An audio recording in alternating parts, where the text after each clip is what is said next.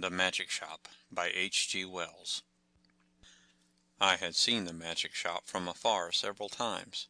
I had passed it once or twice, a shop window of alluring little objects, magic balls, magic hens, wonderful cones, ventriloquist dolls, the material of the basket trick, packs of cards that looked all right, and all that sort of thing, but never had I thought of going in until one day, almost without warning, Gip hauled me by my fingers right up to the window, and so conducted himself that there was nothing for it but to take him in. I had not thought the place was there, to tell the truth. A modest-sized frontage in Regent Street, between the picture shop and the place where the chicks run about just out of patent incubators, but there it was sure enough. I had fancied it was down nearer the circus, or round the corner in Oxford Street, or even in Holborn. Always over the way and a little inaccessible it had been, with something of the mirage in its position. But here it was now quite indisputably, and the fat end of Gip's pointing finger made a noise upon the glass. "If I was rich," said Gip, dabbing a finger at the disappearing egg, "I'd buy myself that, and that," which was the crying baby, very human, and that, which was a mystery and called, so a neat card asserted, "Buy one and astonish your friends." "Anything," said Gip, "will disappear under one of those cones. I have read about it in a book. And there, Dada, is the vanishing halfpenny, only they put it this way up so's we can't see how it's done. Gip, dear boy, inherits his mother's breeding, and he did not propose to enter the shop or worry in any way, only, you know, quite unconsciously he lugged my finger doorward, and he made his interest clear. 'That,' he said, and pointed to the magic bottle. 'If you had that?' I said, at which promising inquiry he looked up with a sudden radiance. 'I could show it to Jessie,' he said, thoughtful as ever of others. 'It's less than 100 days to your birthday, Gibbles,' I said, and laid my hand on the door handle. Gip made no answer, but his grip tightened on my finger, and so we came into the shop. It was no common shop, this. It was a magic shop, and all the prancing precedence Gip would have taken in the matter of mere toys was wanting. He left the burthen of the conversation to me. It was a little, narrow shop, not very well lit, and the doorbell pinged again with a plaintive note as we closed it behind us. For a moment or so we were alone and could glance about us. There was a tiger in papier-mâché on the glass case that covered the low counter, a grave, kind-eyed tiger that waggled his head in a methodical manner. There were several crystal spheres, a china hand holding magic cards, a stock of magic fish bowls in various sizes, and an immodest magic hat that shamelessly displayed its springs. On the floor were magic mirrors, one to draw you out long and thin, one to swell your head and vanish your legs, and one to make you short and fat like a draft, and while we were laughing at these the shopman, as I suppose, came in. At any rate, there he was behind the counter, a curious, sallow, dark man, with one ear larger than the other and a chin like the toe-cap of a boot. "What can we have the pleasure?" he said, spreading his long magic fingers on the glass case, and so with a start we were aware of him. "I want," I said, "to buy my little boy a few simple tricks." "Legerdemain?" he asked. "Mechanical? Domestic? Anything amusing?" said I. Said the shopman, and scratched his head for a moment as if thinking. Then, quite distinctly, he drew from his head a glass ball. "Something in this way," he said, and held it out. The action was unexpected. I had seen the trick done at entertainment endless times before. It's part of the common stock of conjurers, but I had not expected it here. "That's good," I said with a laugh. "Isn't it?" said the shopman. Gip stretched out his disengaged hand to take this object and found merely a blank palm. "It's in your pocket," said the shopman, and there it was. "How much will that be?" I asked. "We make no charge for glass balls," said the shopman politely. "We get them," he picked one out of his elbow as he spoke, "free." He produced another from the back of his neck and laid it beside its predecessor on the counter. Gip regarded his glass ball sagely, then directed a look of inquiry at the two on the counter, and finally brought his round-eyed scrutiny to the shopman, who smiled. "You may have those too," said the shopman, "and if you don't mind, one from my mouth, so. Gip counseled me mutely for a moment, and then in a profound silence put away the 4 balls, resumed my reassuring finger, and nerved himself for the next event. "We get all our smaller tricks in that way," the shopman remarked. I laughed in the manner of one who subscribes to a jest. "Instead of going to the wholesale shop," I said. "Of course it's cheaper." "In a way," the shopman said, "though we pay in the end, but not so heavily as people suppose. Our larger tricks and our daily provisions and all the other things we want, we get out of that hat. And you know, sir, if you'll excuse my saying it, there isn't a wholesale shop, not for genuine magic goods, sir. I don't know if you noticed our inscription, the Genuine Magic Shop." He drew a business card from his cheek and handed it to me. "Genuine," he said, with his finger on the word, and added, "There is absolutely no deception, sir." He seemed to be carrying out the joke pretty thoroughly, I thought. He turned to Gip with a smile of remarkable affability. You know, are the right sort of boy." I was surprised at his knowing that, because in the interests of discipline we keep it rather a secret even at home, but Gip received it in unflinching silence, keeping a steadfast eye on him. It's only the right sort of boy gets through that doorway. And as if by way of illustration, there came a rattling at the door, and a squeaking little voice could be faintly heard. "Nyar, I want to go in there, Dada. I want to go in there. Nya!" And then the accents of a downtrodden parent, urging consolations and propitiations. "It's locked, Edward," he said. "But it isn't," said I. "It is, sir," said the shopman, "always, for that sort of child." And as he spoke we had a glimpse of the other youngster, a little, white face, pallid from sweet eating and over-sapid food, and distorted by evil passions, a ruthless little egotist, pawing at the enchanted pane. "It's no good, sir," said the shopman, as I moved, with my natural helpfulness, doorward, and presently the spoilt child was carried off howling. "How do you manage that?" I said, breathing a little more freely. "Magic," said the shopman, with a careless wave of the hand, and behold, sparks of coloured fire flew out of his fingers and vanished into the shadows of the shop. "You were saying," he said, addressing himself to Gip, "before you came in, that you would like one of our Buy One and Astonish Your Friends boxes." Gip, after a gallant effort, said, "Yes." "It's in your pocket." And leaning over the counter, he really had an extraordinarily long body, this amazing person produced the article in the customary conjurer's manner. "Paper," he said, and took a sheet out of the empty hat with the springs. "String," and behold his mouth was a string box, from which he drew an unending thread, which when he had tied his parcel he bit off, and it seemed to me, swallowed the ball of string. And then he lit a candle at the nose of one of the ventriloquist's dummies, stuck one of his fingers, which had become sealing wax red, into the flame, and so sealed the parcel. "Then there was the disappearing egg," he remarked, and produced one from within my coat breast, and packed it, and also the crying baby very human. I handed each parcel to Gip as it was ready, and he clasped them to his chest. He said very little, but his eyes were eloquent, the clutch of his arms was eloquent. He was the playground of unspeakable emotions. These, you know, were real magics. Then, with a start, I discovered something moving about in my hat, something soft and jumpy. I whipped it off, and a ruffled pigeon, no doubt a confederate, dropped out and ran on the counter, and went, I fancy, into a cardboard box behind the papier-mâché tiger. "Tut, tut," said the shopman, dexterously relieving me of my headdress. "Careless bird, and, as I live, nesting." He shook my hat, and shook out into his extended hand 2 or 3 eggs, a large marble, a watch, about half a dozen of the inevitable glass balls, and then crumpled, crinkled paper, more and more and more, talking all the time of the way in which people neglect to brush their hats inside as well as out, politely of course, but with a certain personal application. "All sorts of things accumulate, sir. Not you, of course, in particular. Nearly every customer. Astonishing what they carry about with them." The crumpled paper rose and billowed on the counter more and more and more, until he was nearly hidden from us, until he was altogether hidden, and still his voice went on and on.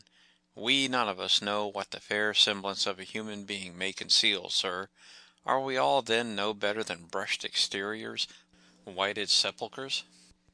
His voice stopped, exactly like when you hit a neighbor's gramophone with a well-aimed brick. The same instant silence, and the rustle of the paper stopped, and everything was still. "Have you done with my hat?" I said, after an interval. There was no answer. I stared at Gip, and Gip stared at me, and there were our distortions in the magic mirrors, looking very rum and grave and quiet. "I think we'll go now," I said. "Will you tell me how much all this comes to?" "I say," I said on a rather louder note, "I want the bill and my hat, please." It might have been a sniff from behind the paper pile. "Let's look behind the counter, Gip," I said. "He's making fun of us." I led Gip round the head-wagging tiger, and what do you think there was behind the counter? No one at all. Only my hat on the floor, and a common conjurer's lop-eared white rabbit lost in meditation, and looking as stupid and crumpled as only a conjurer's rabbit can do. I resumed my hat, and the rabbit lolloped a lollop or so out of my way. "Data?" said Gip in a guilty whisper. "What is it, Gip?" said I. "I do like this shop, Data." "So should I," said to myself, "if the counter wouldn't suddenly extend itself to shut one off from the door." But I didn't call Gip's attention to that. "Pussy," he said, with a hand out to the rabbit as it came lolloping past us. "Pussy, do Gip a magic," and his eyes followed it as it squeezed through a door I had certainly not remarked a moment before. Then this door opened wider, and the man with one ear larger than the other appeared again. He was smiling still, but his eyes met mine with something between amusement and defiance. "You'd like to see our showroom, sir," he said, with an innocent suavity. Gip tugged my finger forward. I glanced at the counter and met the shopman's eyes again. I was beginning to think the magic just a little too genuine. "We haven't very much time," I said, but somehow we were inside the showroom before I could finish that. "All goods of the same quality," said the shopman, rubbing his flexible hands together, "and that is the best nothing in the place that isn't genuine magic and warranted thoroughly rum. Excuse me, sir." I felt him pull at something that clung to my coat sleeve, and then I saw he held a little wriggling red demon by the tail. The little creature bit and fought and tried to get at his hand, and in a moment he tossed it carelessly behind the counter. No doubt the thing was only an image of twisted india rubber, but for the moment, and his gesture was exactly that of a man who handles some petty, biting bit of vermin. I glanced at Gip, but Gip was looking at a magic rocking horse. I was glad he hadn't seen the thing. "I say," I said in an undertone and indicating Gip and the red demon with my eyes, "you haven't many things like that about, have you?" "None of ours. Probably brought it with you," said the shopman, also in an undertone, and with a more dazzling smile than ever. "Astonishing what people will carry about with them unawares." And then to Gip, "Do you see anything you fancy here?" There were many things that Gip fancied there. He turned to this astonishing tradesman with mingled confidence and respect. "Is that a magic sword?" he said. "A magic toy sword. It neither bends, breaks, nor cuts the fingers. It renders the bearer invincible in battle against anyone under 18. Half a crown to 7 and 6 pence, according to size. These panoplies on cards are for juvenile knights errant and very useful. Shield of safety, sandals of swiftness, helmet of invisibility." "Oh, Daddy!" gasped Gip. I tried to find out what they cost, but the shopman did not heed me. He had got Gip now. He had got him away from my finger. He had embarked upon the exposition of all his confounded stock, and nothing was going to stop him. Presently I saw, with a qualm of distrust and something very like jealousy, that Gip had hold of this person's finger as usually he has hold of mine. No doubt the fellow was interesting, I thought, and had an interestingly faked lot of stuff, really good fake stuff. Still, I wandered after them, saying very little, but keeping an eye on this prestidigital fellow.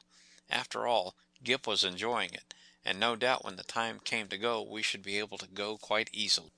It was a long rambling place, that showroom, a gallery broken up by stands and stalls and pillars, with archways leading off to other departments in which the queerest looking assistants loafed and stared at one, and with perplexing mirrors and curtains. So perplexing, indeed, were these that I was presently unable to make out the door by which we had come.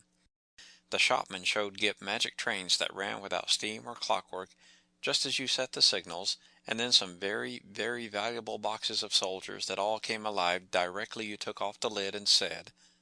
I myself haven't a very quick ear, and it was a tongue-twisting sound, but Gip, he has his mother's ear, got it in no time. "Bravo!" said the shopman, putting the men back into the box unceremoniously and handing it to Gip. "Now," said the shopman, and in a moment Gip had made them all alive again. "You'll take that box?" asked the shopman. "We'll take that box," said I, "unless you charge its full value, in which case it would need a trust magnate." "Dear heart, no!" And the shopman swept the little men back again, shut the lid, waved the box in the air, and there it was, in brown paper, tied up, and with Gip's full name and address on the paper. The shopman laughed at my amazement. "This is the genuine magic," he said, "the real thing." "It's a little too genuine for my taste," I said again. After that he fell to showing Gip tricks, odd tricks, and still odder the way they were done. He explained them, he turned them inside out, and there was the dear little chap nodding his busy bit of a head in the sagest manner. I did not attend as well as I might. "Hey presto!" said the magic shopman, and then would come the clear, small "Hey presto!" of the boy. But I was distracted by other things. It was being borne in upon me just how tremendously rum this place was. It was, so to speak, inundated by a sense of rumness. There was something a little rum about the fixtures even, about the ceiling, about the floor, about the casually distributed chairs. I had a queer feeling that whenever I wasn't looking at them straight they went askew, and moved about and played a noiseless puss in the corner behind my back. And the cornice had a serpentine design with masks altogether too expressive for proper plaster. Then abruptly my attention was caught by one of the odd-looking assistants. He was some way off and evidently unaware of my presence. I saw a sort of three-quarter length of him over a pile of toys and through an arch, and, he was leaning against a pillar in an idle sort of way, doing the most horrid things with his features. The particular horrid thing he did was with his nose. He did it just as though he was idle and wanted to amuse himself. First of all it was a short blobby nose, and then suddenly he shot it out like a telescope, and then out it flew and became thinner and thinner until it was like a long, red, flexible whip. Like a thing in a nightmare it was. He flourished it about and flung it forth as a fly fisher flings his line. My instant thought was that Gip mustn't see him. I turned about, and there was Gip quite preoccupied with the shopman, and thinking no evil. They were whispering together and looking at me. Gip was standing on a little stool, and the shopman was holding a sort of big drum in his hand. "Hide and seek, Dada!" cried Gip. "You're he!" And before I could do anything to prevent it, the shopman had clapped the big drum over him. I saw what was up directly. "Take that off!" I cried. "This instant! You'll frighten the boy. Take it off!"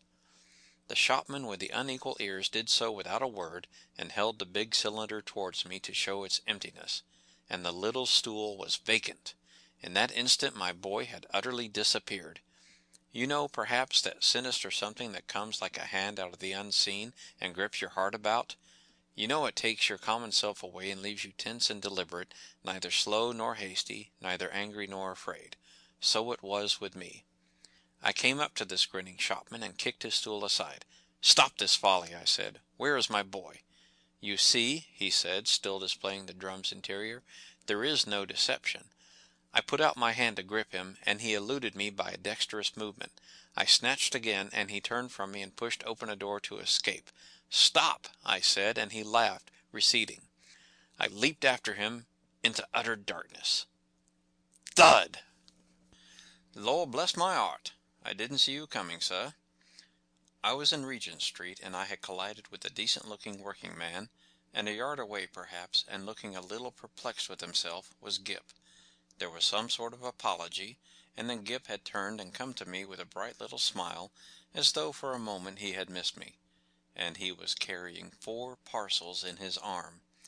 He secured immediate possession of my finger. For the second I was rather at a loss. I stared round to see the door of the magic shop, and behold, it was not there. There was no door, no shop, Nothing, only the common pilaster between the shop where they sell pictures and the window with the chicks. I did the only thing possible in that mental tumult. I walked straight to the curbstone and held up my umbrella for a cab. "Ansoms," said Gip in a note of culminating exultation. I helped him in, recalled my address with an effort, and got in also. Something unusual proclaimed itself in my tailcoat pocket, and I felt and discovered a glass ball.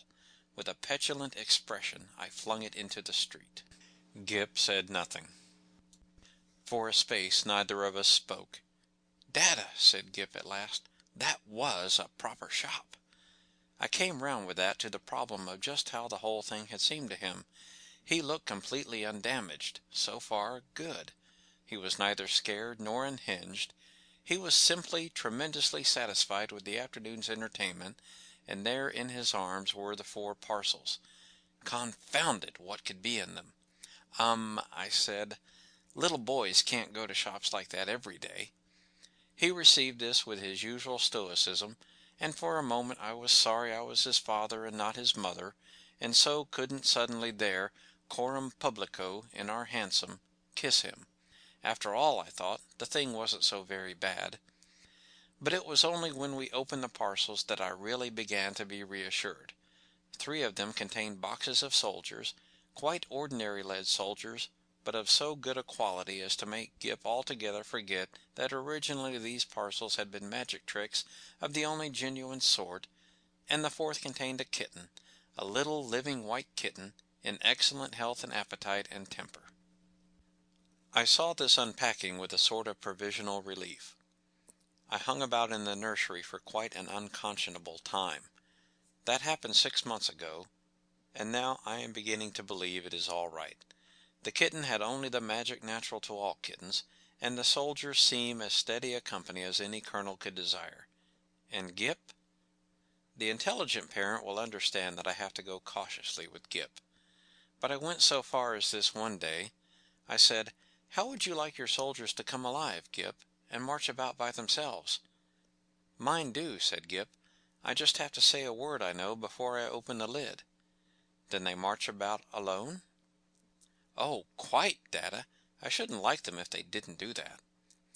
I displayed no unbecoming surprise, and since then I have taken occasion to drop in upon him once or twice unannounced, when the soldiers were about, but so far I have never discovered them performing in anything like a magical manner. It's so difficult to tell. There's also a question of finance. I have an incurable habit of paying bills. I have been up and down Regent Street several times, looking for that shop. I am inclined to think, indeed, that in that matter honor is satisfied, and that, since Gip's name and address are known to them, I may very well leave it to these people, whoever they may be, to send in their bill in their own time. End of The Magic Shop.